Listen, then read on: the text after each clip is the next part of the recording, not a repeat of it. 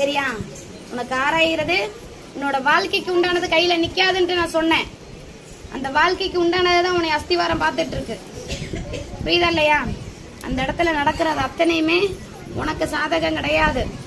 உன் தெய்வத்தை மட்டும்தான் நீ அந்த இடத்துல கொண்டு வந்து வைக்கிற. ஆனா தெய்வத்துக்கு உண்டானது அந்த இடத்துல எதுவும் நடக்கிறதுக்கு உண்டான நிக்கல. மனசுக்குள்ள வெறுப்புல அந்த இடத்துல நிக்குது. பாத்துக்க, சரியா? அடுத்து நீ வரும்போது முழு மனசோட தான் இந்த பொருளை ஏற்றி கொடுக்கணும். புரியுதா இல்லையா? நான் இடம் மாற்றி போகலாம். இடம் மாற்றி நில்லு, இடம் மாற்றி நில்லு. வந்து இருக்க சொல்லியிருக்காங்க. நிக்கல, முழு மனசை நான் ஏத்துக்கல. உன் பொருள் நீ கொடுத்த காவ முழு மனசு கிடையாது. உள் மனசுல நீ சந்தோஷமா ஏத்துக்க ஐயான்னு சொல்லல. உன் குற்ற குறையோட தான் அந்த இடத்துல நின்ன. உண்மையா பொய்யா? என்னோட கண் பார்வைக்கு அது எட்டி கொடுக்கும். புரியுதா இல்லையா? குடிச்சது வேற, நடந்தது வேற, நிக்கிற நிலை வேற. பாத்துக்க. உன்னே தானே சாமி நம்பி வந்து நிக்கிறேன்.